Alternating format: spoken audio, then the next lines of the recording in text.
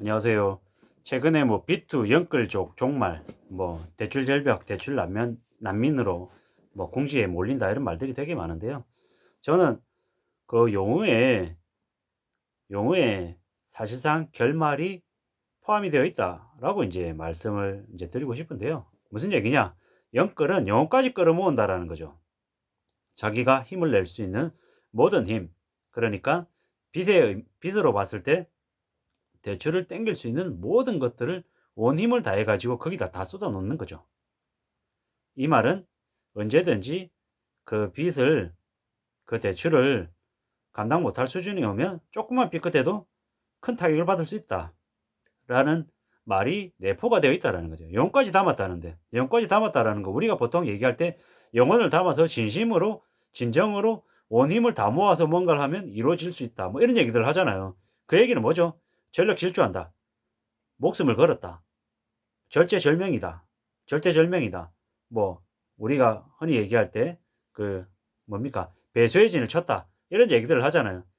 그럴 때 정말 힘들고 어려운 상황이었을 때 뭐 위기를 극복하는 그러니까 뭐 아니면 도시 정말로 온 힘을 다내서 초인적인 힘을 내서 뭔가를 했다라고 얘기할 때 뭐 용언을 끌어서 어쩌고저쩌고 이렇게 얘기하잖아요. 근데 대출을 내는데 모든 힘을 다 모았다라고 하는 건 사실 대출이 쉬운 게 아니고 대출은 레버리지를 이용해서 뭔가를 한다라는 건데 좀 다소 리스크가 있는 행동인데 그 리스크가 있는 걸 온 힘을 다 모아 가지고 했다라는 것 자체는 어 매우 신중해야 되고 매우 절대절명의 결정이라는 거죠. 근데 집을 사는데 무리하게 빚을 내서 샀다라는 것 자체는 애시당초 결말이 정해져 있다라는 거죠.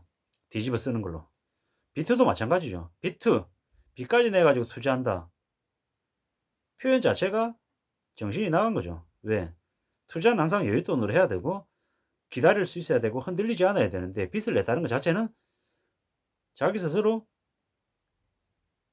기다릴 수 있는 시간이 정해져 있다라는 거죠. 빚을 갚아야 되는, 되갚아야 되는 시기까지. 그러면 위축되고 흔들리고 불안해질 수밖에 없다라는 거죠. 애시당초 시작할 때부터 무리가 있었다라는 거죠. 우리가 흔히 이제 주식 투자에 얘기할 때 동학개미라고 표현하잖아요. 근데 뭐 개미의 그 의미, 취지, 개미들이 뭐 거대한 기관이나 아니면은 돈 많은 투자자들에 비해서 비록 작지만 뭐 의로운 행동, 명분, 뜻을 가지고 새로운 변화의 물결을 일으킨다. 뭐 이런 의미로서 되게 좋은 표현일 수는 있는데 저는 이제 이렇게 해석하는 거죠. 동학이라고 하는 의미를 붙였을 때부터 애시당초 개미들을 몰살시키겠다라는 의미가 이미 있었다라고 저는 이제 보는 거죠. 왜? 우리가 제일 잘 알다시피 동학농민운동은 결말이 어떻습니까? 몰살입니다. 취지, 의미 이런 것들은 분명히 좋죠. 근데 결과적으로 실질적인 전투에서는 몰살당했죠. 동학농민들은 제대로 된 무기를 갖추지 못한 상태에서 명분과 의욕을 가지고 나섰죠. 근데 반대편에 있는 일본 군대는 신식 무기를 앞세워서 잘 훈련된 적이었다라는 거죠. 그들은 부상만 일부 있었을 뿐 단 한 명도 죽지 않았어요. 근데 반대편인 동학 농민운동을 했던 이분들은 거의 다 몰살당했어요. 어떤 의미냐? 어떤 얘기를 제가 하고 싶으냐? 동학개미라고 하는 사람들이 동학농민운동에 참가하셨던 그분들하고 같은 결말을 맺는다라는 거예요. 물론 반대편의 기관, 외인 투자자, 힘 있는 사람들은 아마 그 신식 무기로 무장한 일본군의 모습을 보이지 않을까라는 생각을 하는 거죠. 언제? 이번 판에서. 부동산도 마찬가지죠. 이번에 20대, 30대들이 영끌했습니다. 영까지 끌어모아가지고 집을 샀는데 누구한테 샀습니까? 50대, 60대 베이버 부모. 그들이 최고점에서 팔았죠. 20대, 30대 MZ 세대들에게. 그 베이비 부모 세대들은 최고점에서 집을 팔아서 되게 많은 차익도 보고 여유로워졌죠. 그걸 모르는 영끌한 20대, 30대들은 이제 종말을 맞는다라고 언론에서 대거 얘기가 나오고 있습니다.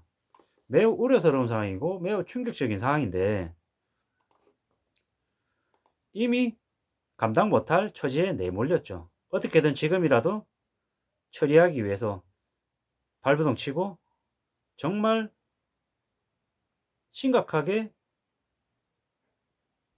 빚을 줄여 나가기 위한 정말 시급한 대책을 세워서 실행을 해야 되는데 그게 가능할지 어떨지 모르겠는 거죠. 왜? 이미 지금 집이 안 팔리고 있잖아요. 안 팔리고 있잖아요. 매수하겠다라고 나서는 사람들이 실종되잖아요. 올해 2022년 1월 달에 주택 거래 건수가 1000건이라는데 작년 동일 동기간 대비했을 때 5분의 1 급감했다는데 20% 수준이라고 하는데 어떻게 되겠냐라는 거죠. 매우 우려스러운 상황인 거죠. 뭐 이런 상황이다 보니 예, 참 어떻게 될지 결론이 뻔히 보이는 거죠. 지금 대출이 줄었냐고요. 가계대출이 줄었냐고요. 안 줄었습니다. 가계대출 증가 속도가 줄었을 뿐인 겁니다. 은행이 대출해준 금액이 줄었다인데 은행이 대출해는 금액이 줄었다이지 대출 가계대출 전체 금액이 준 건 아니라는 거죠. 추세적으로 감소로 볼지 아직 불투명하다라는 거죠. 대출 문턱이 줄어들면 이제 문턱이 높아지면 이제 빚을 상환할 수 있는 능력이 이제 낮은 사람들이 이제 계속 이제 궁지로 몰리겠죠. 점점 더 대출 규제 강화, 이자 부담 증가로 이제 빚을 진 사람들이 더 빚을 내긴 더 어려운 거고요. 더 힘들어지는 거죠. 이래저래 더 답이 없는 더 빡센 상황에 이제 결국 이제 놓이는 거죠. 지금 당장 뭐 집값이 뭐 거래 절벽에다 집값이 떨어진다는 얘기도 있고 이래저래 여러 가지 말들이 많잖아요. 우려스러운 얘기들이 많죠. 한동안 계속 연끌에 대출이 늘기만 했었는데 이제 와서는 대출도 내기 어려운 상황이다 보니 답이 없는 거죠. 우리가 저기 화성에 아파트 가격이 30평대 아파트가 10억이다, 14억이다, 15억이다. 뭐 기억하시는지 모르겠지만 화성에 동탄 신도시가 됐을 때 아파트 가격이 2억, 3억이었단 말이죠. 그게 3배, 4배 올랐는데 무리한 가격에 샀던 이들이 어떻게 되냐라는 거죠. 감당이 안 된다라는 거죠. 신고가에 뭐 14억, 15억 뭐 이렇게 얘기했으니까 그러다가 지금 3억 떨어져 가지고 뭐 11억, 12억 한다는데 그 가격이 감당할 수 있는 가격이냐고요. 저는 좀 무리라고 보는 거죠. 20대, 30대들이 빚을 3억, 4억, 5억을 되게 자신만만하게 대출을 냈잖아요. 되게 무리였다고 생각하는 거죠. 영끌이 맞는 거죠. 영까지 끌어모은 게 맞는 거죠. 근데 그게 이제 감당이 되냐고요. 감당 안 되는 거죠. 집값이 얼마가 올랐든 간에 팔아야 자기 돈인 거지. 자기가 엉덩이에 깔고 있는데 집값 아무리 오른들 기분만 좋은 거지 실제로 돈 번 게 아니라는 거죠. 팔아서 자기 손에 쥐어야 그게 자기 거라는 거죠. 지금 되게 힘들고 어려운 상황에 처해져 있죠. 4억 대출 받았는데 이자 3%였는데 6%니까 갑자기 대출 이자가 100만 원 내던 게 갑자기 200만 원으로 이제 늘게 생긴 거죠. 이게 닥친 현실이라는 거죠. 나중에 원금까지 같이 상환해야 되는데 이거 어떻게 할 거냐라는 거죠. 팔 수 있냐? 못 팔죠. 이자 내려니까 죽겠죠. 원까지 내려 그러니까 더 암담하죠. 이런 상황에 물려있는 사람들이 한둘이 아니다라는 거죠. 되게 우려스럽죠. 저도 제 주변에 이제 저보다 나이 어린 이제 친구들이 이제 주변에 있었잖아요. 되게 많은 이들이 집을 샀다는 거죠. 자기 돈으로 샀으면 괜찮은 거죠.